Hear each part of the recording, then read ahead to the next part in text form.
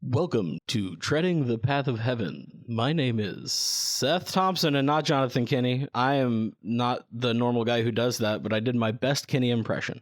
This episode is a little bit different than our normal episodes. We are interviewing Pyrenose of The Tutorial is Too Hard. He is the former editor. This was recorded before Moonpia reached out to the people involved in translating, editing, hosting this novel. So we definitely want to note that. We also want to note that we edited some of the content of the interview at our guest's request. So excuse any choppiness or anything like that. But we did get some really good insight into the industry from someone that is inside of it. So I really hope you enjoy this. Have a great podcast. The following podcast may contain spoilers.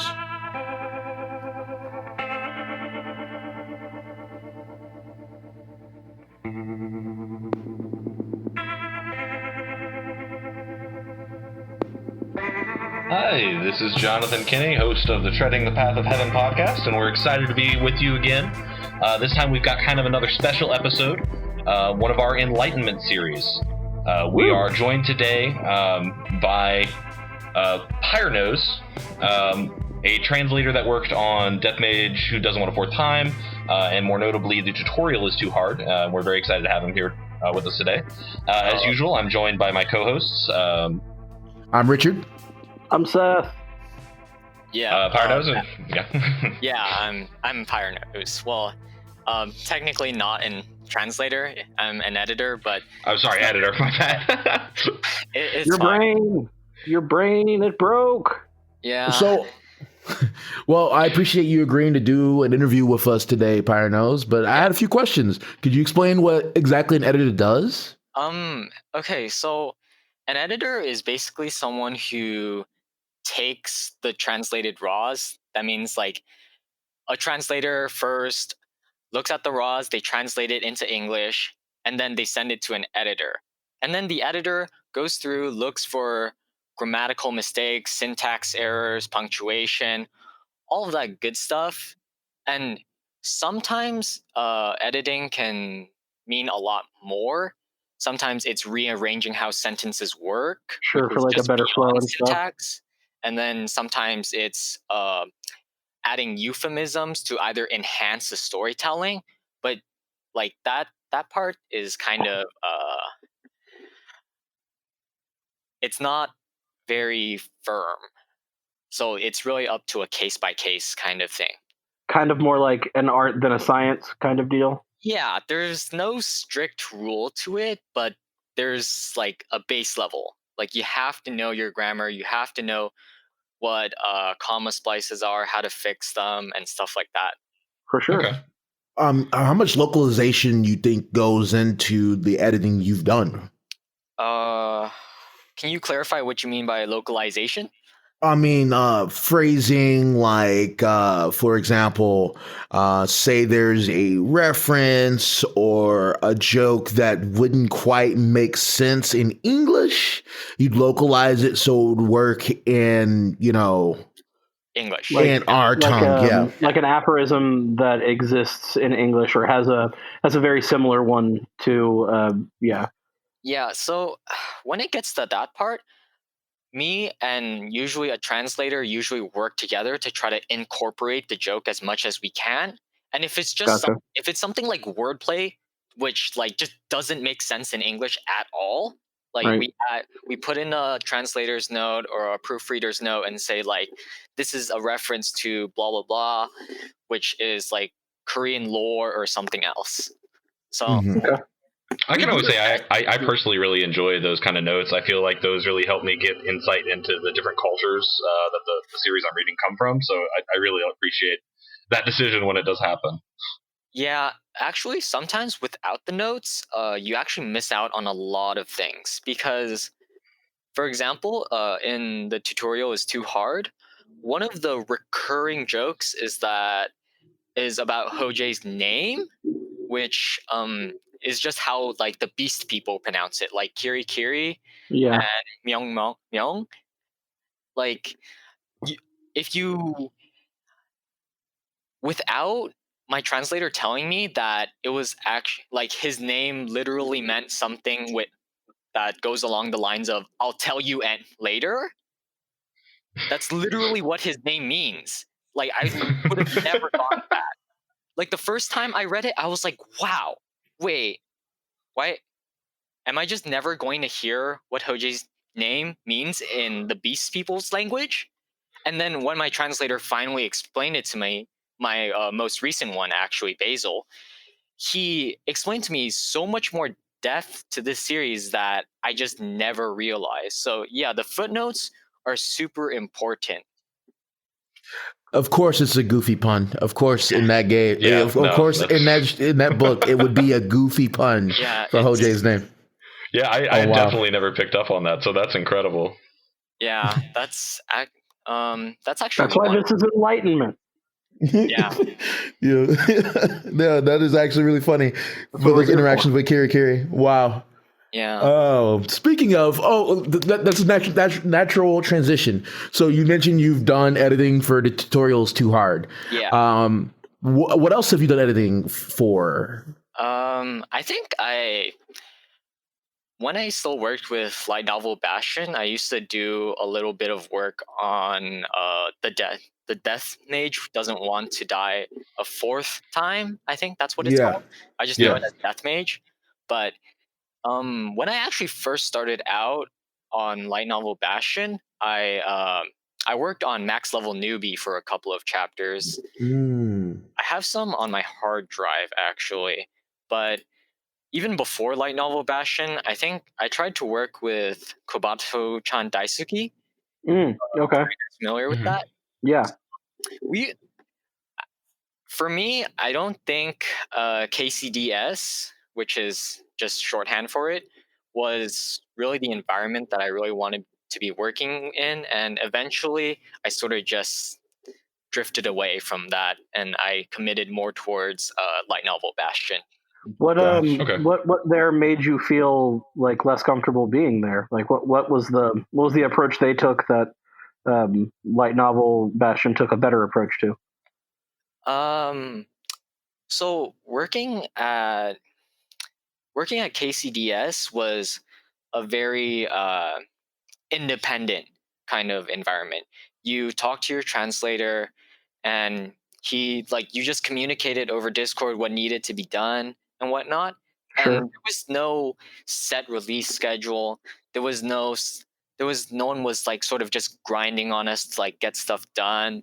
And when I moved over to Light Novel Bastion, like when I really committed, there was like I had a responsibility to meet 3 chapters a week for tutorial, or I think it was 2 or 1 chapter per week for max level newbie.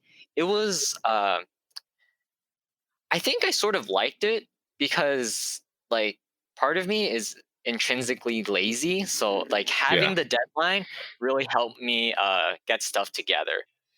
Yeah, No, structure that is makes perfect always sense. important. Yeah. Yeah, Yeah. I think we're all a little bit lazy. It's just a matter of tricking ourselves to not be. Yeah. Yeah, no, having someone keeping you accountable is really helps in terms of getting stuff done.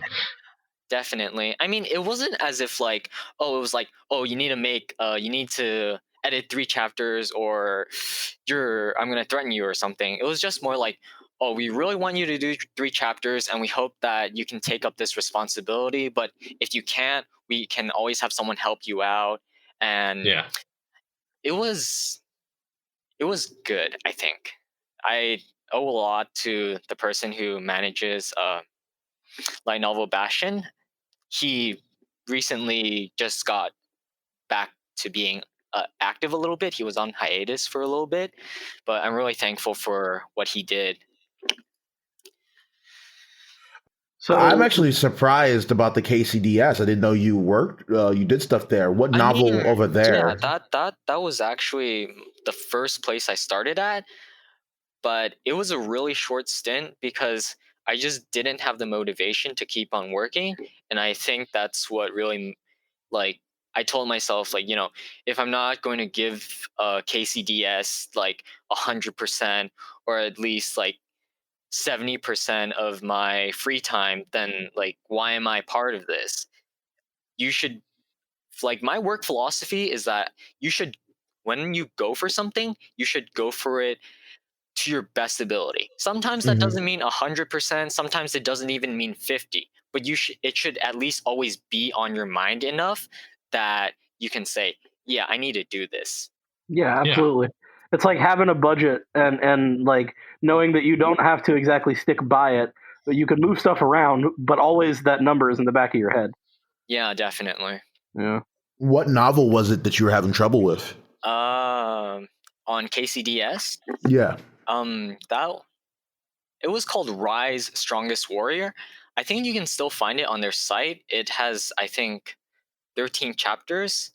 Like towards the end, I just got really unenthusiastic about it. I started dropping off, and eventually the translator quit too. But it's kind of regrettable because I thought the novel had good potential once you got past 10 or so chapters. But at the same time, it was very difficult to edit, especially since like this is my first time editing anything. So because there were a lot of fragments and I didn't know how to deal with them, and I was just like, wait, this is technically grammatically incorrect, but do I want to preserve the style of the author, or do I want to try to make things correct? And just so we're clear, like making things correct doesn't always mean like, oh, the readers can like interpret it, can have an easier time interpreting it.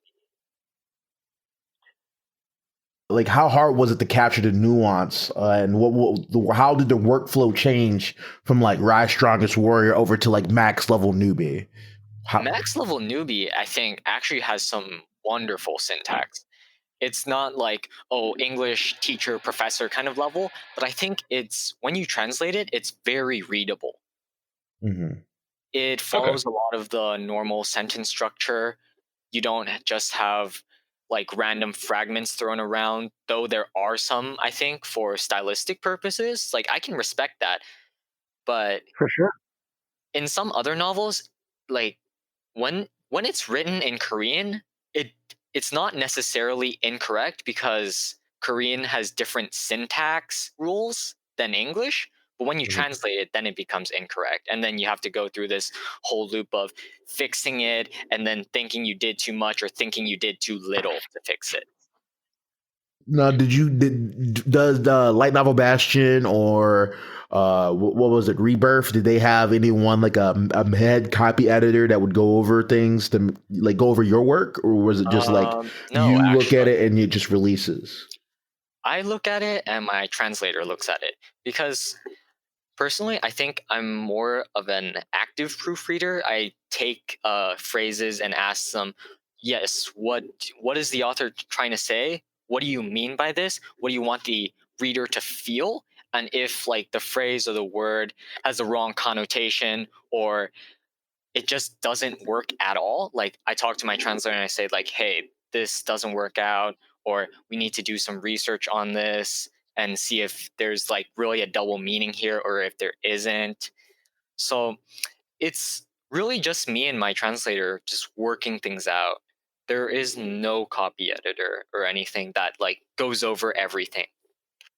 Now, has there ever been a situation where you had a problem with a specific like, phrasing of something and you had pushback from your translator? What ends up happening in those situations? I think for me, I struggle a lot with that kind of stuff because I tend to want to stylize the writing so it better enhances the feeling that the reader has from reading it, but is not necessarily like the literal closest to the raw kind of translation. And when it comes to that, we discuss it. And it's not anything uncivil, but oftentimes we have these long conversations over Discord text and tell each other like, what does he mean by this? But I think he means something else. So how can we make a compromise between the two different interpretations? How do we balance our need for correctness and also the need to preserve the author's style? Okay. So kind of moving back a little bit to your work with your first translation. What brought you to your decision to start getting into editing? Oh man. Before I really started editing, I was just like a lurker on the internet. One of my favorite series was Everyone Else is a Returnee It's by a great book. yes, it is an I amazing. should have. That was one of our actually last episodes. We're gonna do a full episode on it soon. We just did Yes. like a short one. It has a lot of critics that are just like, oh, harem is kind of generic and whatnot. But personally, I thought it was really good. I enjoyed it. Chamber, who translated it, I actually talked to him a couple times. He's a really cool guy, super dedicated, and it got me really interested. Sorry. No It's okay. problem. Yeah, it got me interested, and because it was hosted on KCDS, I was just like, oh yeah, you guys look like you guys might not look like you need help, but I'll just send in an application anyways. No, that follows completely. That's why I know. That's why I know them is because that's where I was reading Everyone Else is Returning. Yeah, Perfect. Nah, full circle. yeah. All right, awesome. If you don't mind me asking, I noticed there's most of the novels you worked on have been Korean. Is there a deeper reason for that? Do you speak some Korean, or it's just like your preference for novel? Actually, there's no real preference. For me, it's always been more about the work I can do compared to the work that everyone else has done. There's nothing distinct from like a Korean work and a Chinese work in my view, because my job as an editor is to look over it and say, does this make sense grammatically? Are we preserving the meaning here? So it's really been no preference to me. I think it just happens that all of the novels that I've worked on are just Korean. Okay. So it sounds like a couple of the places you've worked editing have assigned you books, and were you able ever to select your own books? Is like, are some of these books that you were personally interested in, and you're like, ooh, I'd love to edit that one? Uh, I remember when the admin at Light Novel Bastion first talked to me. He gave me like an option of selecting max level newbie, tutorial, and I think something else. And I actually didn't select tutorial because my first impressions of like I read the first few chapters of tutorial, and my first impression was that wow, this is a lot of fragment. This is a lot of kind of stream of conscious kind of thing that's going to be really hard to edit, that might not make sense, that I might struggle with. So I chose max level newbie too because I actually like the premise of max level newbie a little bit better, but as I think translation slowed down for max level newbie, I just got moved. And for me, it just didn't really matter. Like, I was editing, I was doing something that I enjoyed, I was giving back to the light novel community, and I was really just thankful that there was just no work. Like, that there was work instead of not having any work at all and just sitting there. Yeah. There It was was a something to do, and situation. it was fun. It was a fun thing to do for you. So, like, whatever, good for everybody. Yeah. In the highest point of you editing, about how much time a week you think you were spending doing editing? That's sort of a hard question because when I first started Light Novel Bastion, I said that like back when I started doing tutorial, it was 3 chapters a week, and I remember spending so much time like just looking over the first chapter, and then by the second and third chapter I was like super exhausted, but I knew that like, oh, I need to get these 3 chapters out, so there would be less time spent. But in terms of like just quantity of chapters that I put out, that was probably the peak. But for like most time spent, I think it would actually be like in the recent months, because before like this, the whole thing with Moonpyo worked out, like I was spending a solid 1.5 to 3 hours on every chapter. I think because it wasn't just me editing, it was also a lot of research because, like I said, once my translator told me all of these like inside jokes and all this random stuff that I just never picked up on, I started doing a lot more research into why the author said this, like what is he talking about. And me and my why would that translator, be funny?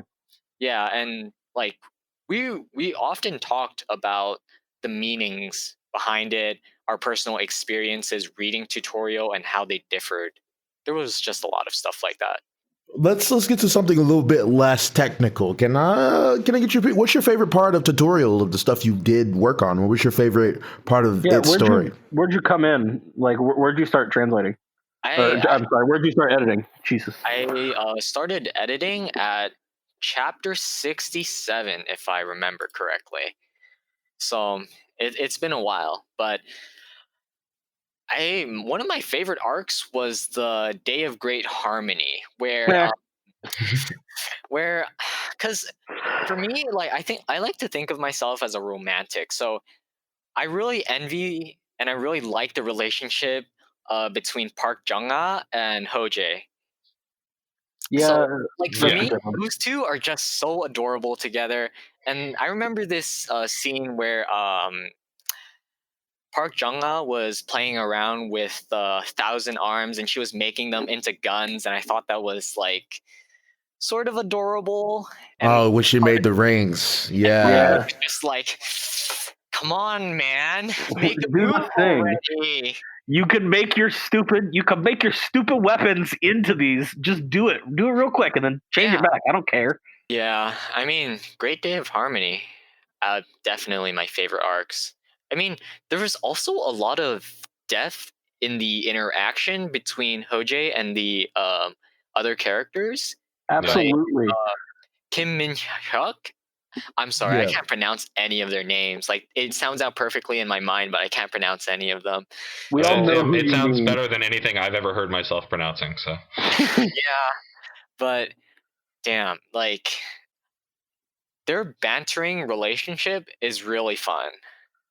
Like, I absolutely agree. I really like the relationship between those two because they're both represented as such like competent, hard individuals, and so like it's really interesting to see this kind of softness that comes out when they're together, and they don't know whether to be like to let that happen or whether to try and stay hard. It's a very interesting relationship. Yeah, it's also like everyone's trying to push Ho-jae and Park Jung-ah together, which I think is pretty cute, and I respect. It's very fluffy. Like see, I was interpreting it as like the whole relationship being kind of toxic for each other, technically, because the problem with Ho-jae and what the story keeps repeating in his narrative, to me at least, is because Ho-jae himself is so broken. Yeah. He's actually like a poor influence on Park Jung-ah, both romantically and because considering the situation of the relationship being that, you know, Ho-jae was her first example of a savior and handing her the first reins of power she's had since she's been in the situation, kind of went to her head, like kind of turned her into the monster she became, you know? It's so like you're saying it's partially she is who she is because of him, but then also there's like built-in hero worship in there that is unhealthy for a relationship. 100%. I mean, think about it. Like, her being on edge was like the punishment she took from those dudes in the first room. Yeah. And then you meet this dude who's basically a walking demon, hands you a gun and you kill a dude. Yeah. And suddenly that's the dude who, you know, you're in love with, who you give your shit to. Like, I mean, it's a little toxic, man. I've been in some toxic relationships. It's a bit toxic. Yeah, I definitely have to agree in that. Like, I think the author, I don't think it necessarily started out toxic, but I think the author definitely is portraying that it leans that way, given how their relationship is referenced when talking about him being on the 60th floor.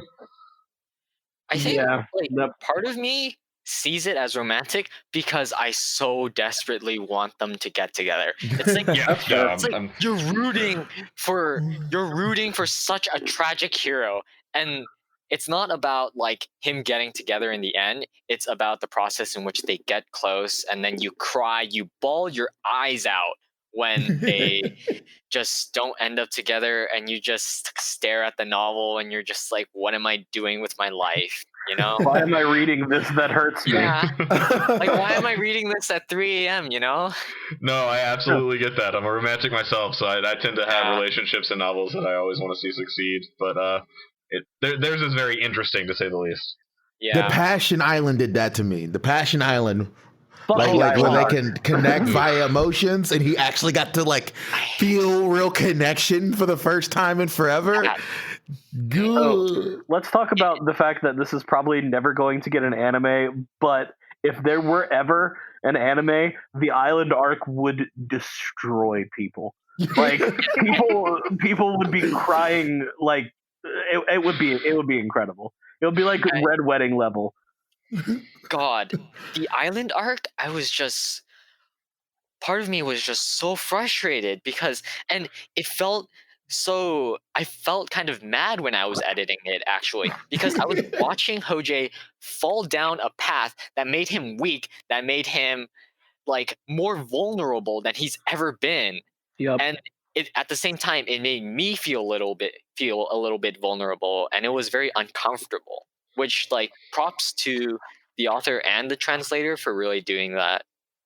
Yeah, I think the emotions of that arc, and I mean, so many arcs in this series come through really strongly. I think that's really the strength of the series, in my opinion, is how well the author and the translation has been able to depict the loneliness, the entrance of the psychosis of the main character, and just like all the different ways that he's being pulled at is what I really enjoy about the novel.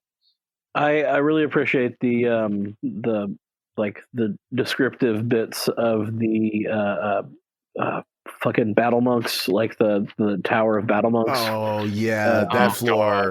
Yeah, that floor is nuts.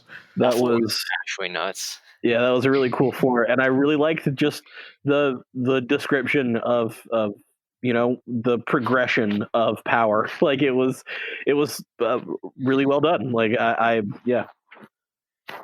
Part of me like tries to understand, because sometimes when I edit, like, it's just like, why is the author doing this again, or why is my translator writing this again? And sometimes I just don't pick up on the stylistic choices, and then it becomes so frustrating because, like, I may think it's bad, but then everyone else thinks it's great, so I'm a little confused here. And then I have to have someone explain it to me, usually my translator, like, explain why this scene is so great, and I'm just like, oh, I get it now. Get it. Yeah. So It's I'm kind of never an great when it comes to these things. No, But man, hey, you're doing your best, and that definitely comes across on the page. Like your effort is noted. yeah. Well, let's go ahead and move past that for a little bit. I could talk about Tutorials Too Hard forever, and I have. No, that's true. We've had numerous discussions about it. It's great. But let's get into the nitty gritty, I guess. So, as everyone known, they read the post you made. Yes. Tutorials Too Hard being dropped. For people who aren't completely aware. Yeah, I think for me, it's kind of hard to explain this because I think I'm going to give a little bit backstory first. Sure. Yeah, please. A couple of months before, like, we decided that we're going to no longer be formally translating tutorial.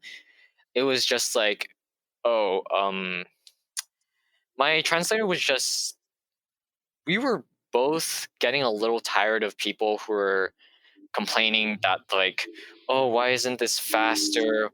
Why aren't you guys doing this, and this? And for us, like, for me especially, I understood because I used to do 3 chapters a week, and I was like, oh my god, I'm literally down to 1 to 2 chapters a week. I think I've gotten so much slower. And like my translator expressed his concern, or not really a concern, but it was just like, why are people complaining so much, considering that A, this is free, and B, like we're putting in like a ton of effort into doing this. Like there's a Reddit thread, and it basically ended up in the now rather infamous spreadsheet of like costs and whatnot, the cost of translating tutorial. And that was just, when I released it, I felt like, what have I done? For me, I understand that the novel translation community is almost like 100% fan driven. But at the same Yes. time, you have to look at things from the other perspective. My translator was telling me that technically all chapters are locked on Moonpia and Kakao pages, which is another platform for readers, and you have to pay like 10 cents or something roughly about that in Korean won in order to view it. And we're just putting it out here for free. Hmm. So isn't this piracy? Isn't this sort of like looking isn't this sort of like downloading or watching a movie that just has subtitles in a different language? Like, I Yeah. think I had the privilege of seeing both sides of the sides of the argument, because at the same time, at that point I had been working as just like a volunteer editor for I think almost 1.5 years, and like I've never gotten any kind of monetary compensation for that. So when my translator brought it up, I was like, you know what? I think it's time to make things clear that these things have monetary value, but we're not demanding it. And that was what I really tried to say in my spreadsheet. I think some people took it out of context, or some people didn't read the disclaimer at the top that says neither the editor or the translator is demanding this money. Where this is just here for transparency purposes. I know I sound a little passive aggressive when I say that, but when I went through the Reddit thread later that was like discussing like the post with the spreadsheet, I thought people had taken it out of context. Like, we're not asking for money. We're just putting it out here that our work is not just something that like it's whatever. Like there Yeah, no, is a real I think I can get where you're coming from. You've had a lot of people like either complaining or like reaching out to you to talk about like, hey, why isn't like we're demanding a better product, but you're like you said, you're doing this for free. Like you're not To to to chime in you're putting it here out there and, for free and all that sort of thing. So to chime here and defend that, though, there's a lot of other novels that are also put out for free that are given donations off, from people like from their heart. Because to be frank, because it is in your IP and the way translations work and the way that like your work is yours, but the IP isn't. And because this is a place where the work is unavailable legally, unavailable period here, there's a gray area there where you can receive donations for it, but it became a like to defend, not so much to like discredit you or yeah. your translator, but to defend other people. That's just how this community has always I been. think And two, there was a little bit of a lack of tact in some of you guys' posts and the things that even like your what T.L. Basil was saying in his Yeah. in that infamous announcement thing he did, because Yeah. it was not the tact on that any goodwill you guys may have had got destroyed in that one post. I can also note that it has been deleted from his website. Like I actually went to go find that spreadsheet again, and I can't. The website tlbasil.com no longer has a link to it, as far as I can tell. I think, yeah, there was a lack of tact, because to be honest, I thought it was a bad idea to respond to anyone at all until like we really discussed it and we said, you know what, this is what we want to put out. But I think our rashness and our hot-headedness got to us, and considering that like our age, our personality, and whatnot is no excuse for what we've done. But I think we just had a lot of miscommunication, and that just ended out poorly. So Could you care to explain what you guys were trying to do regarding connecting with the initial offer? Mainly because Munpia themselves were the ones to like deal with, right? Or did you guys try to reach out to the offer? Because you have to do both, and that we seems like actually a. did reach out to the author Gandhara. So Mhm. what happened was that Gandhara is technically under a contract with the Korean companies. So Yes. like we have to talk to the Korean companies. And they didn't want to deal with us, because we didn't have a proper company backing, which Yep. I have noticed on novel updates forums have said that are like, oh, you guys were really naive. Yes, we were naive, but it wasn't like it was just out of pure naive naivety. Because if you guys know this other site called Oppa Translations, they Yes. did a series called Chemistry that I really liked for a while, and they got the rights to like really establish an English translation, which was what we were hoping for. We didn't do enough research into them, which is probably why we didn't fail. Because maybe if we were more like them and we had like proper licensing and whatnot, maybe it would have worked out. But for me, that wasn't the focus. Unfortunately, if you're doing anything with money in this current industry, there's a lot of Yeah, gray areas there. Like that there's legal gray areas. Even people with a lot more influence and bigger projects than you guys have run into problems constantly, right? So Yeah. yeah, I know. I respect the audacity of what you guys were trying to do. And clearly you understand where you're coming from. It's just, Yeah, I can definitely understand I definitely understand your position though. Like I it's think it you kind was of felt like you were under a moral imperative to try and make it more I, official. But I do I I get can, both sides. I think. yeah, I can understand the gray area because, as Richard mentioned, there's not a way for us to legally buy an English copy of the tutorial is too hard. Like we can't Yeah, buy chapters. If we could buy chapters straight from Moonpia, then we would do that. But that's not an option for us. So, the the the whole, I would say, a large chunk, at least, of the web novel community is like that. informal. So, like that very much, but Yeah. there is a larger chunk than not. It feels like that are translating works that are like copyright, as it were. So, I guess a good question is: did you hope to like start like a trend in the other direction? Did you hope to like spur other people to try and get like on your side? Like as I'm thinking about it like this: there's a lot of people going the one way, and you guys chose to like turn around and go the opposite way. What were you intending to accomplish outside of like just the moral imperative? I think for me, like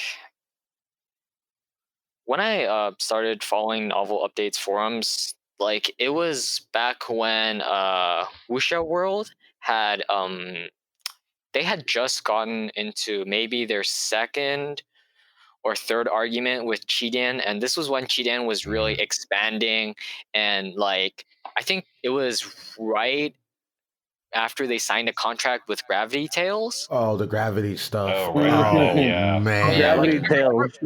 everyone. Oh I'm. no.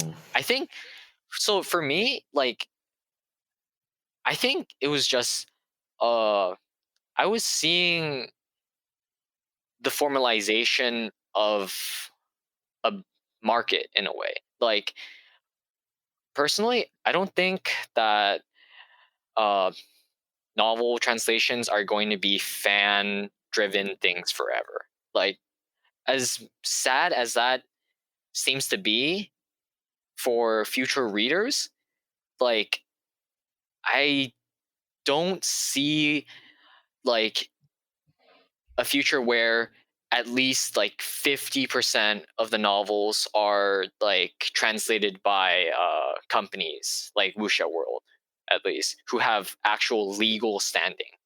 And I understand that it's very young, and maybe like this is just me speculating way too far into the future. Fair enough. But I think that really contributed to a bit of the naiveness, and we were a little bit short-sighted when we got to the whole thing with Munpia about tutorial. My question here is, do you mind giving me some context on why y'all decided to do the poll thing, and then immediately move to the paywall? Like, what triggered that right there, that decision? Okay, I think I'm gonna need a little more clarification on paywall, because I think your definition of a paywall might be different from mine, which is Mm-hmm.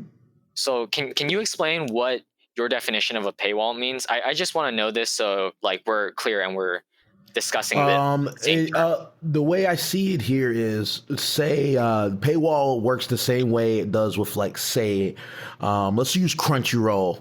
Yeah. Crunchyroll has a free service that you can watch an episode. What is it? 2 weeks after it was simulcast. Free. But if you were to pay through the payroll, you get it immediately. There's no waiting. A lot of things have, like, Hulu.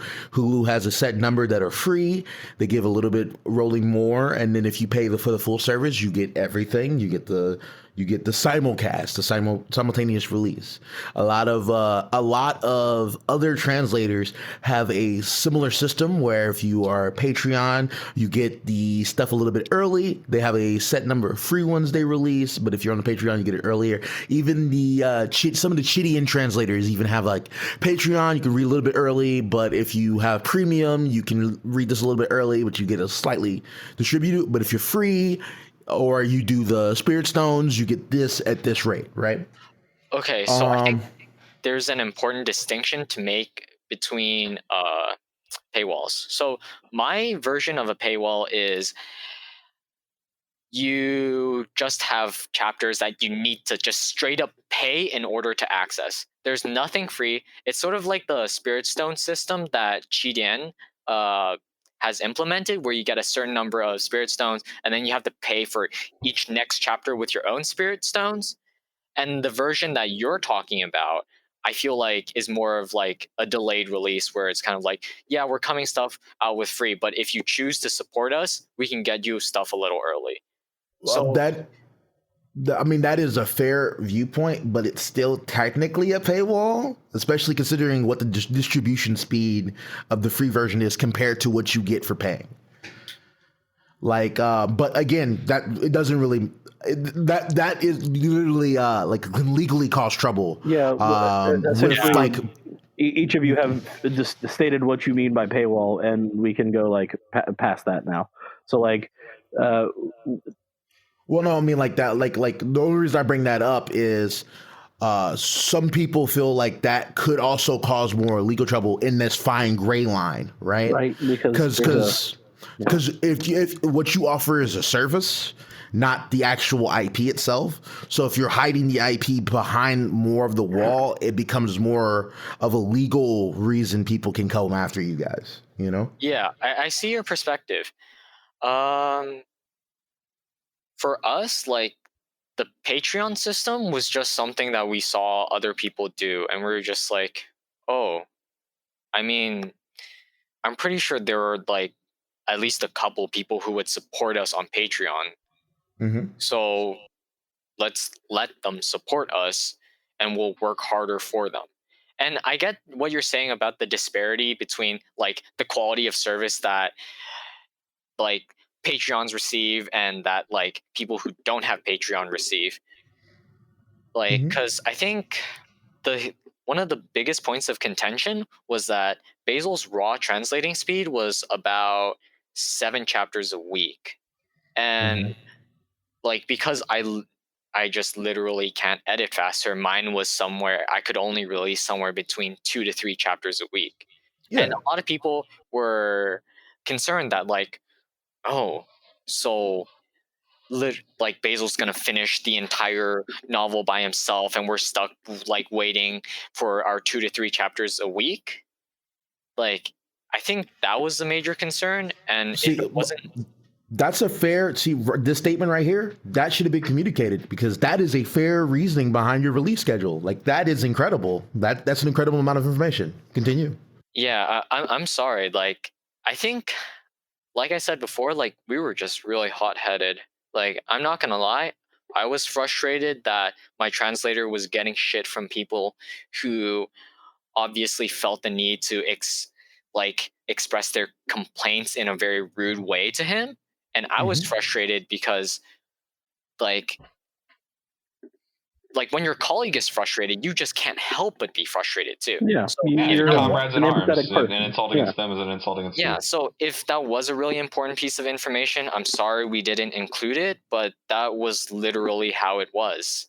So Yeah, that does give a lot of context for the situation. Yeah, that's so huge good to hear. context. Yeah, there was always a rumble of like, this book's so slow. Like that would have been info.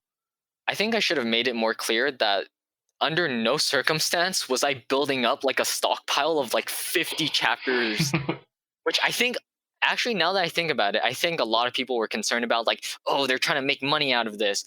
But I am literally editing from week to week. Sometimes I have one extra chapter stored up, and maybe that's my excuse to be lazy for next week. Oh, Right.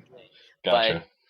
But when Basil finished translating, our plan was always to initially, like, right now, release 2 to 3 chapters a week, and then just build on a stockpile by working a little bit harder and keeping up the same work schedule. And then when Basil finished translating, which I actually am not sure how many chapters tutorial has left, but I know there aren't a lot.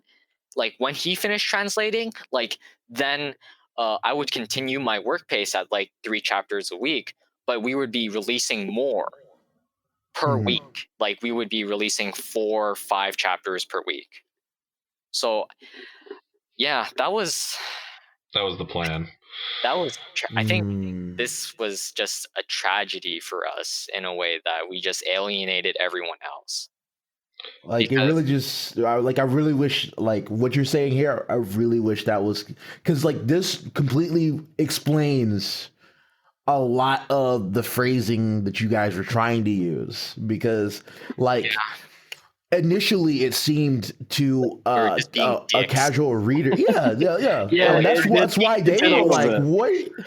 Because there's mad translators that, you know, legit would do more than that, and they do it all themselves and not do what you guys were phrasing. Like there's a line where he's like, oh, a copy editor makes what, $18 an hour and all that. Like, that wasn't needed, man.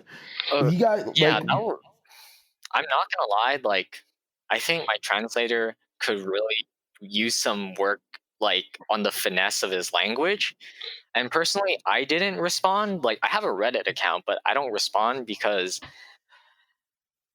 why would you? He's doing it's his like, talking. why would you? And at the same time, it's also, why are you trying to explain yourself?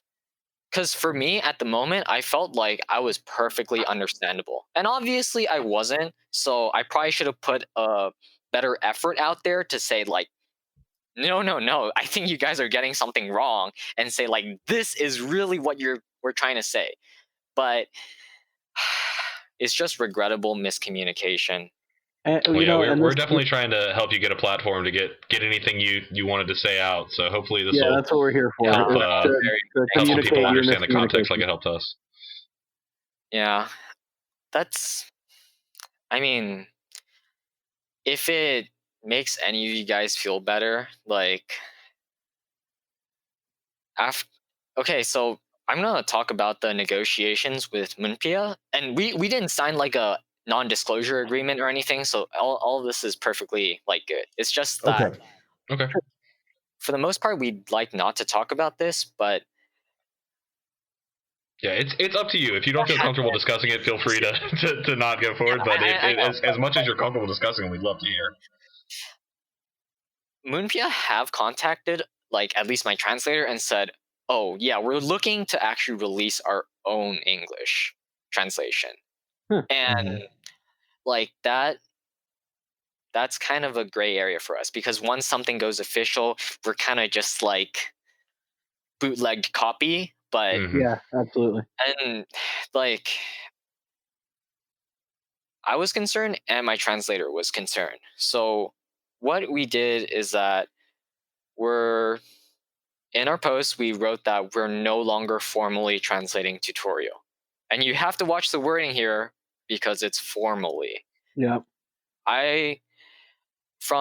Everyone knows that, like, chapters 191 to 200 were taken down when, or were they ever actually released? I know we took down a bunch of chapters from Rebirth Online World, and then we took down chapters from Patreon right after we like stopped people from contributing or whatnot. And we basically said, okay, so my translator doesn't want to, like, he doesn't want to be under liability for lawsuit. Yeah. And because he is very closely related to Korea, is what I'm going to say. Like, I understand his fear for a lawsuit. Like, for me, I live in the United States. DMCA, whatever, man. I'll just take it down within 30 days. Like, Yeah. Timeline. But I'm not sure how laws work over there. But I mean, Korean laws are kind of like they affect a Korean citizen everywhere, in the world. Like, you could be a Korean citizen in America, and Korean law affects you. So it's like, it's pretty raw. Like, I think that was some legal gray area. Or it wasn't legal gray area. It was just like, we were really fucking scared. And yeah, I get that. If you guys will look at the chat really quick. Okay. All right.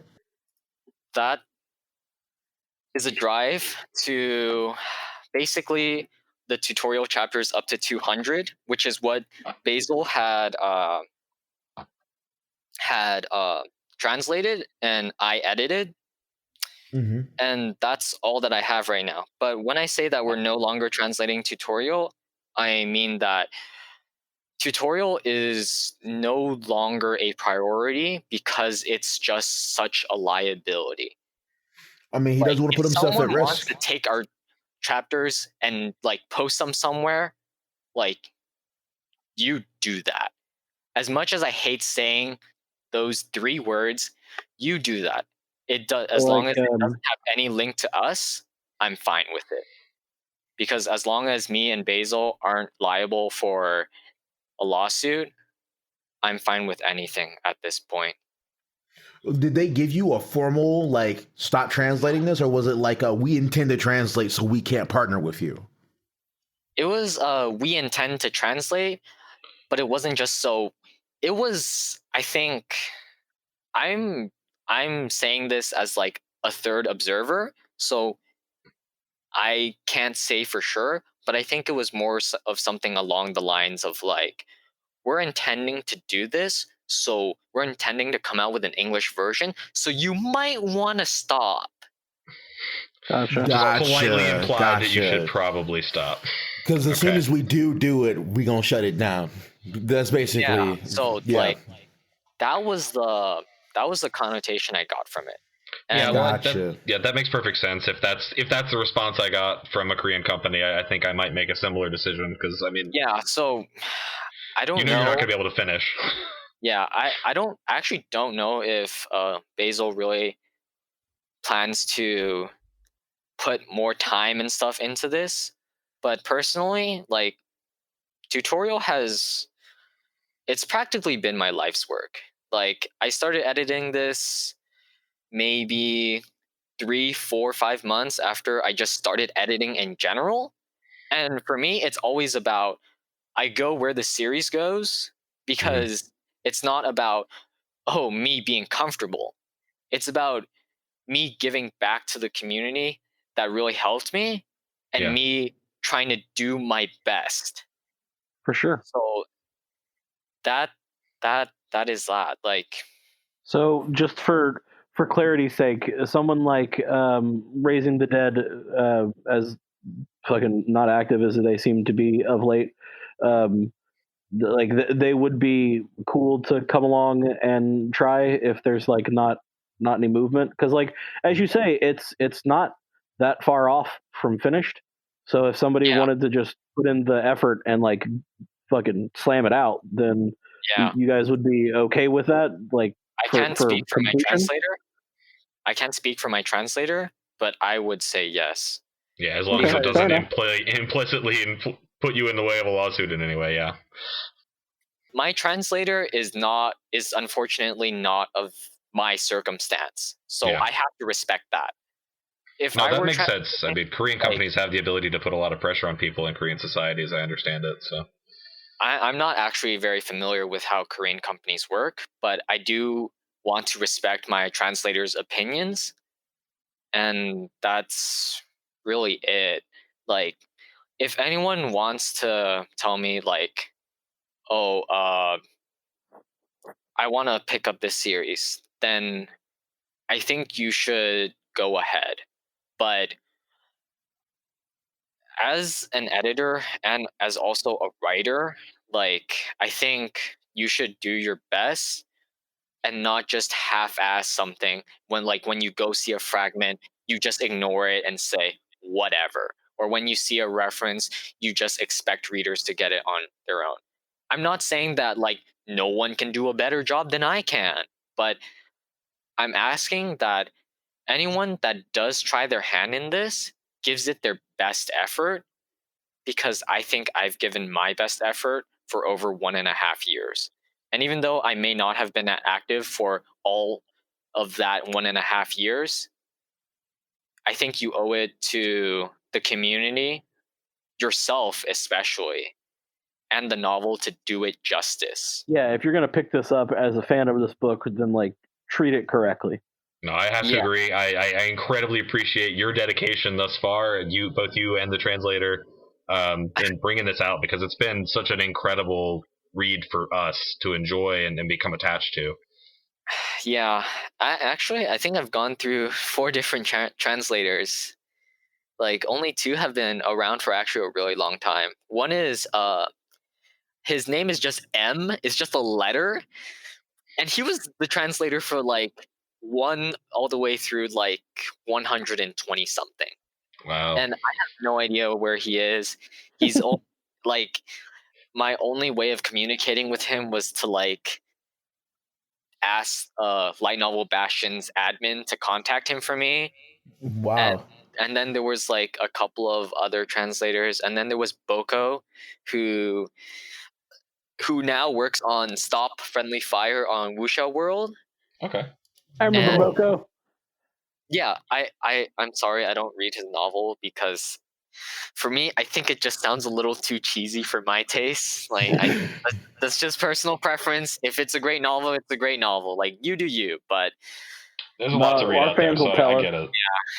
like, sometimes I really wish that I could be official. Like, sometimes I wish I can just go up to Wuxia World and say like, "Hey, I want to do this," but I don't think my heart is into just like, I want to make things better for myself.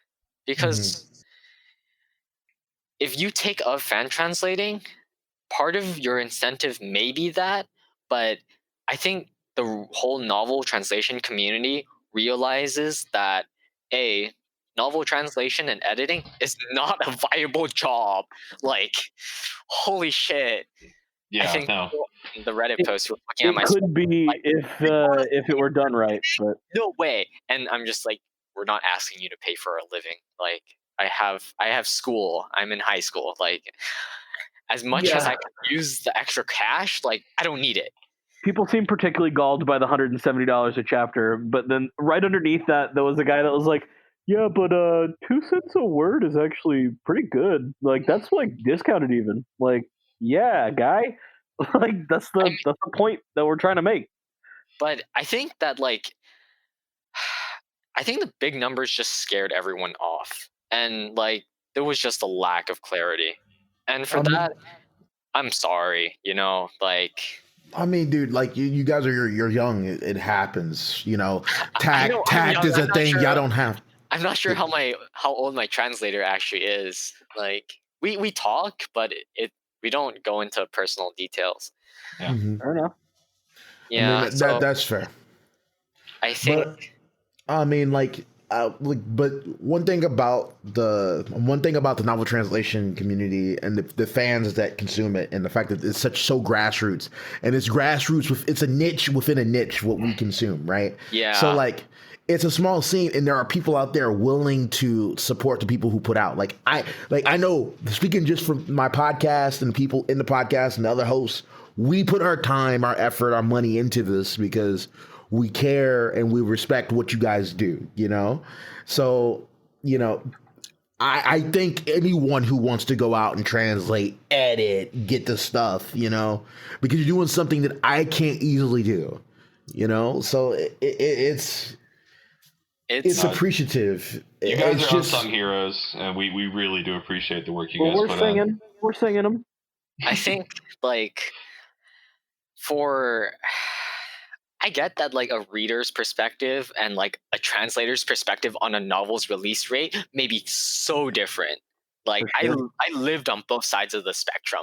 I know what it means to wait an entire week just for one chapter, or have to edit 1 week for the edit one chapter for the week and have it be so exhausting, but have someone read through it in 5-10 minutes. And that disparity always makes me smile a little bit, and it also confuses me. But I have massive respect for people who have consistently provided really quality translations. A lot of the Wuxia World ones are good. I think the Novels Extra has such amazing translators. But I've been hearing a lot of people I know one of them. His username is Illidan Stormrage, after the Dota player. That's a Warcraft character. Really? Yeah, Illidan Stormrage is a Warcraft character. You're too young. It's fine. No, man, it's like a third level of reference. That's fantastic. Oh my god. I don't know. The only Illidan Stormrage I remember is from the early days of Dota. So I assume that's what his name is based on. Oh my god. So, yeah, man. No, you're lucky. You never fell into the WoW hole. That's great for you. That's more time for editing. That's great. Yeah, I may not be in doing something meaningful. The Warcraft hole.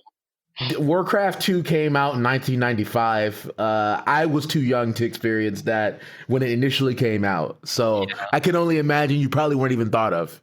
Yeah, so I may not be in the World of Warcraft hole, but I sure as hell in the League of Legends hole, you know? I did that for a while.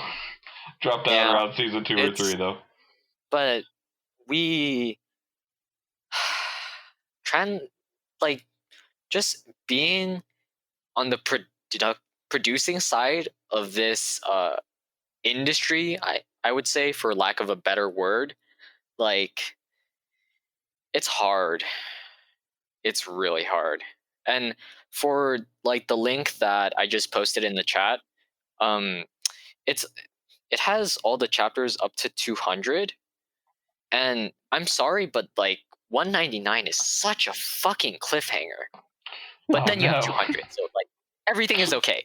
But I don't know if Basil is going to continue translating at I would call this a respectable rate, just for a lack of a better word. But I know that if there is a chapter that someone wants me to edit, you just hit me up in my email or my PMs. Tutorial has been my life work. It's okay, it's been 1.5 years, but I feel like I've devoted my entire life to this series. I mean, considering how large of a percentage of your life it probably is, yeah, I can understand. School's a Life's full-time work. job, so like you're at the first part in your life where you're old enough to have free time to yourself, and you're pretty much devoting it, like you said yourself, like 70 to 100% of that free time to it. So I absolutely understand where you're coming from. Yeah, so if anyone wants to like hit me up, you hit me up in my Discord, you hit me up in my emails, because I don't know what happens past 200 any more than anyone else other than my translator, really. Like, I am dying to know what happens as much as the next person. Fantastic. Well, hopefully we can facilitate that. We got people when they're listening. I was going to say, is there anything you're doing in your life that you'd like to plug, or anything that you'd like to talk about, bring attention to? I mean, I think novel editing has just been my entire life up to this point. Because this is going to get a little personal, but like, I don't have that many friends at school. I'm kind of a nerd. I try to do my best academically, and I'm sort of up there, but not really. So this has literally just been my entire life. And I may be on Rebirth Online World right now, but if there are any aspiring like translators, editors, proofreaders, anyone who just wants to get involved with this scene, like I would recommend them to not join Rebirth Online World as my first part, like, but that's definitely an option. Just really ask around. Tell people, instead of just lurking behind your screen, that I think I have skill, and find your own worth in your skill. Because I think the only reason a lot of people, like, there are a lot of like really bad translations, like the syntax is terrible, there's grammar is absolute garbage or something, is because there aren't enough people who realize that their English skills are good, that they have the potential to do this, and it's just a matter of dedication. And dedication is easier said than done, but given the amount of feedback that I've received, which is really not a lot, but it's the small things that count, and given the like how welcoming the community can be, like how openly they embrace someone who might be less fortunate, who might be just a lurker, who might have problems, or who's just someone who's just a novel enthusiast, or someone that's just into Asian culture. Like, I think you should really considering just going to a local group. What I mean by local is just like, a group that you read at, and telling them, you know what, I'm willing to try this out. I'm willing to put my work into this, not because I want to get paid, but because I want to do something that can make both the novel and myself feel good, feel worthy. All right, man. That's awesome. That's a if really cool sentiment. That is a stirring call. Those of you who listen to this podcast and who want to get onto the fucking the business end, go for it. Reach out. Take a chance. Wait, actually, a lot of the people who know English better than me by far are actually the people who've never spoken English as their first language. Because when they speak it as a second language, they know the intricacies. They don't learn it naturally. They have to learn it consciously. And I think that makes them way better at editing than I can ever be, because I am a native English speaker. And there if I'm completely honest, most I wouldn't say no, I'd say most of our listeners are outside of the US. So I would imagine that a lot of the people who listen to this podcast are listening in their second language. So like that's very it's a very appropriate tip. Yeah, like I'm sorry to be bashing on my high school friends and everyone in America, but some people just who live in the US have absolutely terrible English. Don't sell yourself short. That's true, though. That's 100% true. Yeah, that's quite true. Yeah. As a man who loves him some English and did a lot of English and went to college with honors English. I am actually pretty offended by that, but it's fine. I'm sorry, but It's He fine didn't though. say that everyone was bad at English, just that there's a lot lot of of bad English. people are. And, like, I see enough Yeah. texts and posts on social media to absolutely agree with that. Yeah, I'm not gonna throw out shade, but It sounds like you kind of already did there, bud. You did. Sorry. I think this is a good point You to have close out the to podcast. Stop. Drop the mic. Y'all can't type. Y'all can't syntax trash. No grammar. That's how we end it. Yep. Yeah, no, but actually, like, never sell yourself short. I think part of novel translation is really discovering yourself. I didn't actually realize how good my English was until I really edited and I noticed the difference between unedited versions and edited versions. And it's hard to realize, but once you get past it and you tell yourself, like, wow, I improved on all of these things, it's not just like, oh, I edited for so and so group. It's, I learned something and I did it completely voluntarily, and this is going to help me in life. Mm-hmm. Yeah. Well, So that's yeah, man. That's an exciting, like, it's an exciting thing to hear that really all it takes is the want to do it. yeah, That's what I found as I've gotten older and experienced more things, is that it's the will to do something is usually the first and last thing that's really necessary to make something happen. definitely. So let's bring it home, guys. So yeah, I'm gonna be posting the link somewhere. Like, we honestly don't want, or at least my translator doesn't want to be liable. I frankly don't give a shit. Like, I am. Yeah. I mean, not to advertise the Chidian Underground guys, but maybe you could get in contact with them. Oh, I've actually never been on Cheetah Underground before. It's hard to get there. Yeah. Oh, really? I don't see why we couldn't post the link to the Google Drive in the comment or the description of the podcast. Let's not do that yet. Let's find out how his translator feels, and if he gives us permission, then we'll do that. But if not, we won't. Definitely. Yeah, because like it's not directly hosted by us. We could put like in a paste bin or something. I don't know, man. There's options. Let's play it safe, and let's just end it here, and we can talk about that after we turned off the recording. Fair enough. All right. Everybody, thank you so much for listening and being with us. If you'd like to know how to reach us, listen to one of our other episodes. We go over it in all of them. But if you want to help us out, give us a comment, rate, subscribe us to us on whatever podcast you use.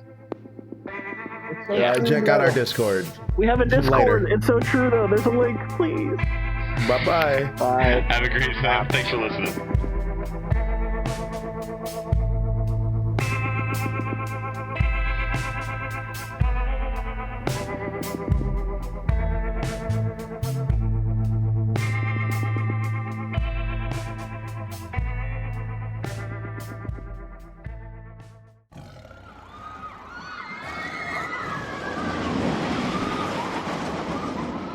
Tiger Roller Coaster Productions.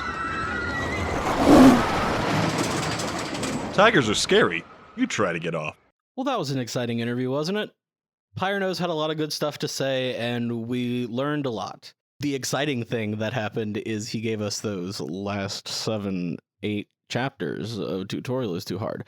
You can find those in the description of our podcast. It's nested amongst all of our other links, like our Twitter and our Facebook. And by the way, if you had followed us on our Discord, you would have been able to get these chapters a little bit earlier because we were talking about it in there with the fans that have already joined. You'll be able to find that link also down in the description below. Last little bit of news is we are considering the Patreon thing. We have one essentially set up. It's just a matter of interest. So if you guys are interested, we would happily set it up. Let us know. Reach out to us on Twitter or Facebook.